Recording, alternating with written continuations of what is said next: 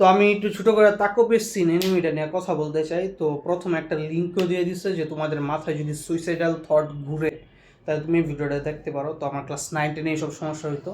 তো এই এনিমিটা দেখা তুমি বুঝতে পারবা যে এনিমি শুধু বাচ্চাদের জন্য না, বড়দের অনেক টপিকও হয়, কিন্তু ঘটনা বাচ্চাদেরকে নিয়ে হয়েছে। তো প্রথমে দেখা যায় যে একটা মেয়ের সাথে অনেক খারাপ ব্যবহার করে, অনেক খারাপভাবে বুলিং করে, যে কারণে সে সুইসাইড করে। বাট ওইখানে একটা এলিয়েন থাকে, গল্প আর কি। তো ওই এলিয়েনটা তাকে বাঁচায় এবং তার ব্যাকগ্রাউন্ড জানে কেন সে এই কাজটা করছে। তখন সে জানতে পারে তার স্কুলে অনেক খারাপ ব্যবহার করে একটা মেয়ে তার সাথে। তো এখন তোমার ওই মেয়েটাকে খারাপ মনে হবে। তো প্রথম 2-3 এপিসোড পরে পার্সপেক্টিভটা ঘুরায় দেখায়, ওই খারাপ মেয়ের পার্সপেক্টিভ থেকে দেখায়।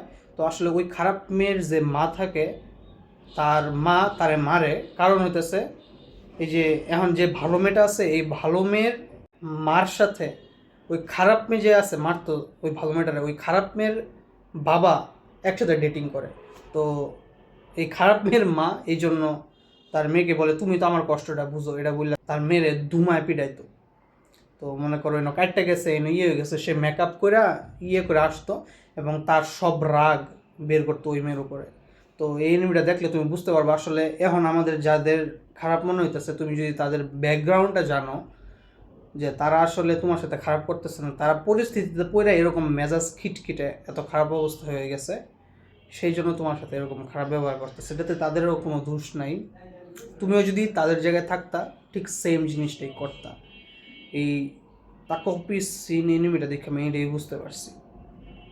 এনিমিটা একবার দেখতে পারো তোমার হাতে যদি টাইম থাকে, বুঝতে পারবে, রিয়েলাইজ করতে পারবা যে আসলে কেউই খারাপ না, সবাই পরিস্থিতির শিকার।